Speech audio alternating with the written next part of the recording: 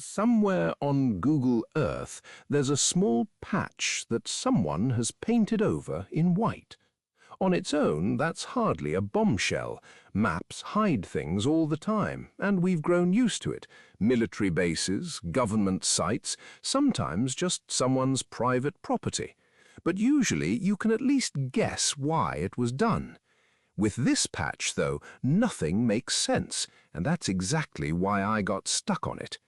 It sits on a small Antarctic island, surrounded by a perfectly sharp, detailed coastline. There's really nothing to hide out there. The entire island's permanent population barely adds up to 36 people. But things get interesting when you open the Satellite Image Archive and start rewinding it. In 2018, there's no blur at all, and on that very spot lies an object roughly 60 meters long. Some time passes, and it vanishes without a trace, and a little later, that same white patch appears on exactly that point. I don't have a definitive answer for you about what it was, but what I eventually dug up struck me as strange enough to see through to the end. Let's start with where we even are. This is South Georgia Island, a British territory lost in the southern part of the Atlantic Ocean. The nearest mainland, the shores of Antarctica, is about 1,400 kilometers of icy water away. The place is, to put it mildly, unwelcoming. Glaciers, sheer cliffs, a rusting whaling station that was abandoned back in the last century. Almost no one lives here permanently. The people who make it out are mostly polar researchers and the occasional expedition ready for serious hardship. And here's where the first inconsistency shows up. As a rule, maps blur out things people have access to and someone doesn't want shown. But out here, practically nobody has access, so why bother spending effort to paint over an empty patch of snow on an island you can barely even reach? The longer I thought about it, the more insistently I came back to one simple idea. It probably isn't about the place itself. It's about what once sat on that place. In the desktop version, in Google Earth Pro, there's a feature few people ever use, an image archive. It's essentially a time machine. You can page through the same spot year by year and watch how it changed. I rewound this slope to 2018, and here's what turned up. The object is dark and noticeably elongated, standing out sharply against the snow. I estimated its size with the built-in ruler. It came out to around 60 meters long. That's the height of a decent apartment building, except lying on its side in the middle of a mountain slope. Next comes the detail that really hooked me. The object casts a clear, fairly long shadow. And a shadow that long is only cast by something with height, meaning this isn't a patch of dirt on the ice, but something three-dimensional jutting up above the surface. And one more small thing, higher up the slope there's a track, as if something heavy slid down from above and came to rest on exactly this spot. The first explanations that come to mind are perfectly earthly: a meteorite, a large rock slide, debris from some piece of equipment. All three versions look reasonable, and honestly, I was ready to settle on any of them. But they all share one common problem.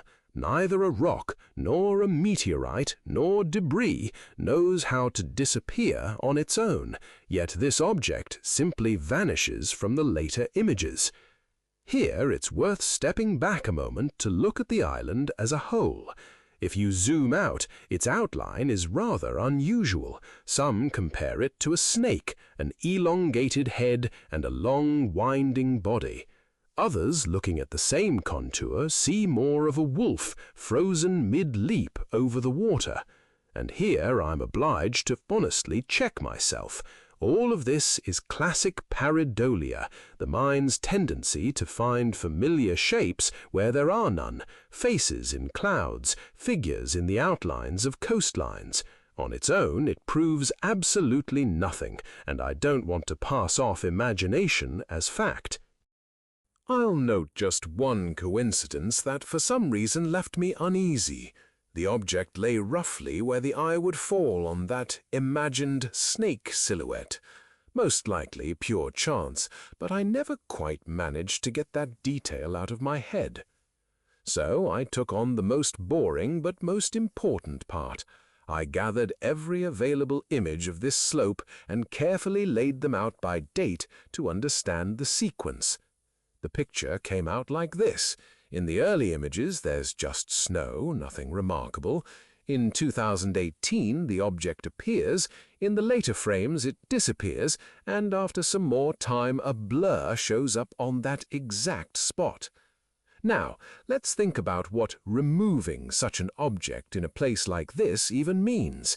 This is Antarctic wilderness, no roads, no airfield nearby, gale force winds and temperatures a person won't survive for long.